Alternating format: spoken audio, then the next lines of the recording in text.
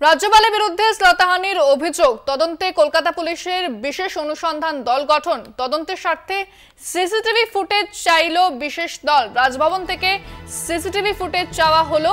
ইতিমধ্যেই কিছু CCTV footage খতিয়ে দেখা হয়েছে। কয়েকজন সাক্ষীর সঙ্গে কথা বলতে পারেন তদন্তকারীরা, এমনটা কিন্তু খবর সামনে আসছে, যেখানে বিশেষ তদন্তকারী দল গঠন করা হয়েছে। তদন্তের স্বার্থে সিসিটিভি ফুটেজ চাইল বিশেষ দল এবং খতিয়ে দেখা হবে সেই ফুটেজ। বিস্তারিত কথা বলবো, ফোনে রয়েছেন প্রতিনিধি রিয়া মাঝি। রিয়া, সিসিটিভি ফুটেজ চাওয়া হয়েছে, সাক্ষীদের সঙ্গে কথা বলতে পারেন তদন্তকারীরা, কি জানতে পারছো?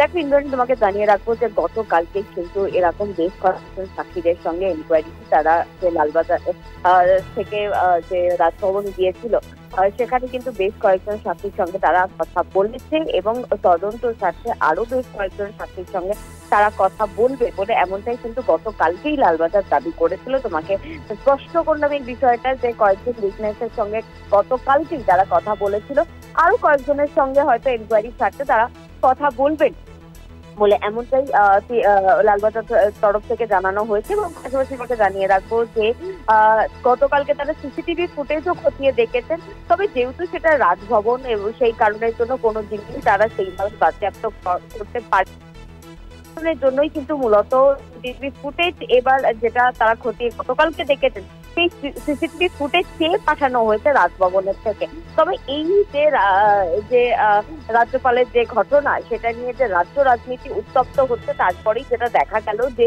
এই যে মহিলা যে অভিযোগ দিয়েছিল সেই অভিযোগের ভিত্তিতেই কিন্তু এনকোয়ারি টিম গঠন করা হলো, অর্থাৎ স্টেট গঠন করা হলো স্পেশাল এনকোয়ারি টিম।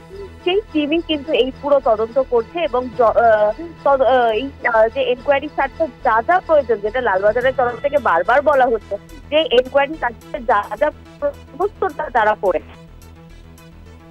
ধন্যবাদ রিয়া, কথা বললাম প্রতিনিধি রিয়া মাঝির সঙ্গে। তদন্তে কলকাতা পুলিশের বিশেষ অনুসন্ধান দল গঠন, সিসিটিভি ফুটেজ তারা চাইতে পারে তদন্তের স্বার্থে এবং কয়েকজন সাক্ষীর সঙ্গে কথা বলতে পারেন তদন্তকারীরা।